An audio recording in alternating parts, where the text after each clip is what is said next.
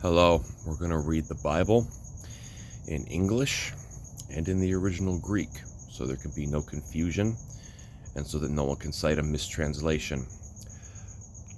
Don't with me. We're going to start with Ephesians 6, King James Version, verse 12. For we wrestle not against flesh and blood, but against principalities, against powers, against the rulers of the darkness of this world, against spiritual wickedness in high places. Now, let's put two and two together. It says spiritual wickedness in high places. We're not talking about human government here. Right at the beginning, it says we wrestle not against flesh and blood. Remember that our bodies as they are, made of flesh and blood, is something that the Bible actually says that angels are in some way envious of. Spiritual entities, spiritual beings, not all of them have bodies of flesh and blood, but we do. There's some envy, some jealousy going on there, I think. But yeah, we're not talking about human government being corrupt. That is the big thing everyone is getting wrong right now. Again, just want to say, I'm a centrist. I do not buy into the propaganda of the left or the right. And what I'm seeing right now, the left and the right are equally screwing up. On the one hand, I'm seeing a lot of people on the left who are falling for the influences of the principalities and the powers. But I'm also seeing a lot of people advocating on the right side that are insisting that people on the left are their enemy. No. We are all children of the one Almighty God. Everyone is our brother and sister. And we are not in competition with them. And they're not our enemy. I would like to read this same verse in a literal translation from its original Greek. I don't pronounce Greek that well, sorry, but I will do my best. Okay, starting, just gonna read the literal translation first. Because not is to us the wrestling against blood and flesh, but against the rulers, an important word, against the authorities, another important word, against the cosmic powers of the darkness, this, against the spiritual forces of evil in the heavenly realms. Let's look at where some of these words are used elsewhere in the Bible to have a deeper understanding of how they are used in this context. Let's start with the word rulers, archus, or archus. There are 4 occurrences, and we're going to go in order. Luke 12, verse 11, in the NAS, the synagogues and the rulers and the authorities, KJV, and unto magistrates, INT, and the rulers. Archus means magistrate or ruler. In Ephesians 6, verse 12, in the NAS, it says, but against the rulers, KJV, against principalities, INT, against the principalities. Colossians, NAS, or Colossians 2, verse 15, NAS, when he had disarmed the rulers, KJV, and having spoiled principalities, INT, having disarmed the principalities. Hebrews 1, verse 10, NAS, and you, Lord, in the beginning laid the foundation. KJV, in the beginning hast laid the foundation. INT, you in the beginning, Lord. So, archus here has a connotative aspect of not just being a ruler or an authority, but one who is situated and put into that position basically at the beginning of perceivable time. That's interesting. What about the word authorities? Exousias. Where's that used? Oh boy, 12 occurrences. Let's start with Luke 12:1. And the rulers and the authorities. Oh, interesting. Interesting. KJV. And powers, INT, and the authorities. Luke 23:7 NAS. To Herod's jurisdiction. KJV. Unto Herod's jurisdiction, INT, from the jurisdiction of Herod. Acts 26 verse 12 NAS. To Damascus with the authority in commission. KJV, Damascus with authority in commission. INT, Damascus with authority in commission. Acts 26 NAS, verse 18. To light and from the dominion of Satan. KJV, from the power of Satan. INT, and the power of Satan. 1 Corinthians 9 verse 12 NAS. Share the right over you, do we not more? KJV, be partakers of this power over you. INT, of the over you authority partake, should not.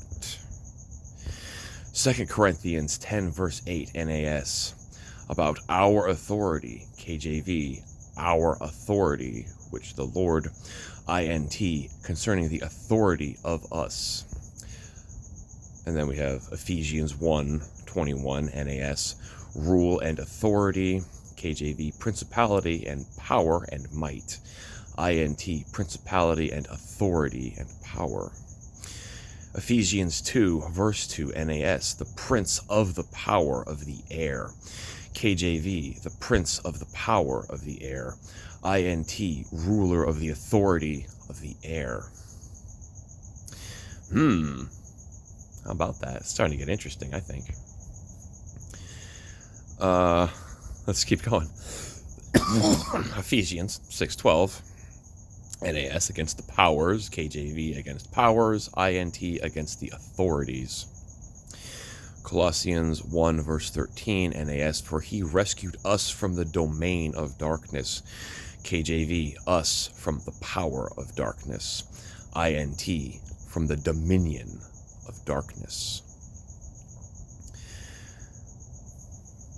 And there's two more here. Colossians 2 verse 10 NAS, over all rule and authority. KJV, principality and power. INT, rule and authority. Colossians 2 verse 15 NAS, the rulers and authorities he made. KJV, and powers he made a shoe of them. INT, and the authorities he made a show of them in. So far what we seem to be talking about regarding powers, principalities, and spirits of the air is that God actually made these things. They are governing forces of this last word here, cosmokratoris, cosmic powers. That is actually the only time in the Bible that that word in Greek is used, in Ephesians 6:12, against the world forces. KJV, against the rulers of the darkness. INT, against the world's rulers of the darkness. It seems to me what this has said in many words, in which we have now looked at it in many translations, in its original Hebrew and Greek. So, miss me with that whole, it's been translated so many times that the meaning is lost. You have the meaning now. Don't with me.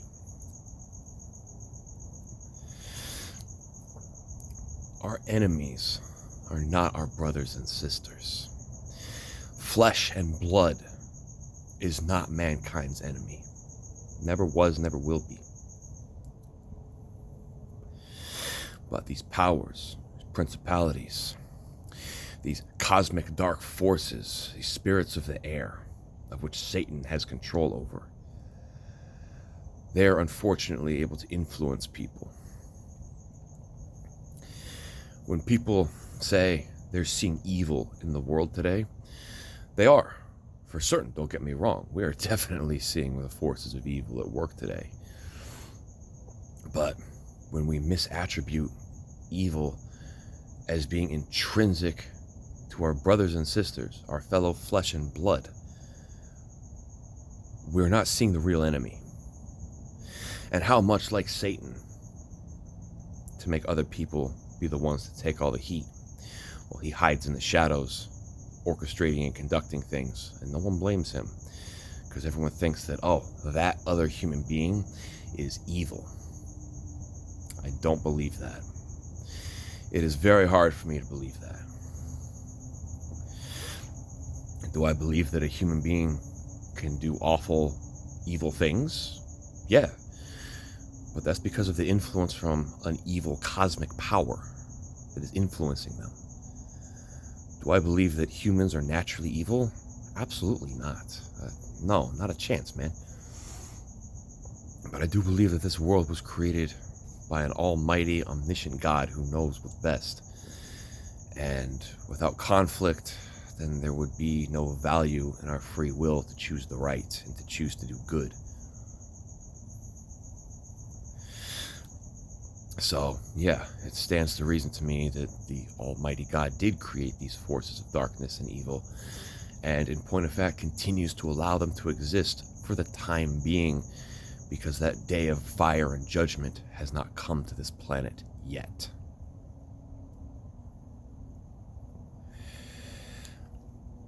But just to say it one more time, just to bookend this the last time, it doesn't matter what someone else's political affiliation is. You know? We go through such lengths and mental gymnastics to convince ourselves that flesh and blood is our enemy, that this person is evil, and that I should hate them. You know, there's a lot of people on the right who are now reading the Bible, following the words of Christ because of what Charlie Kirk taught them. But to me, a lot of people are insulting him, and even the people who think they're coming to his defense are kind of spitting on his grave a little bit when they cite other people, other human beings, our brothers and sisters, as the enemy. No, they're not. And as far as I'm concerned, the only way to stand against these kinds of cosmic powers, authorities, powers, principalities, spirits of the air, how are you going to fight them? Is a sword going to do anything against an incorporeal being whose body may even be a continent-sized thing floating above the atmosphere of our planet? How are you going to fight that exactly? This thing is like Gygas from Earthbound. It is a universal cosmic destroyer. In, you know, if you ever played Earthbound or the Mother games, it's like, is Porky evil? No. He had a bad life, and therefore he was suspect to the evil influence of Gygas, and therefore he made bad decisions. But was Porky evil intrinsically? No, he's a freaking kid. But he made bad decisions because he didn't have the necessary spiritual wherewithal to stand up against that evil influence. And in my opinion, the only way you could stand up against it is to wear the armor of God and follow the words of Christ.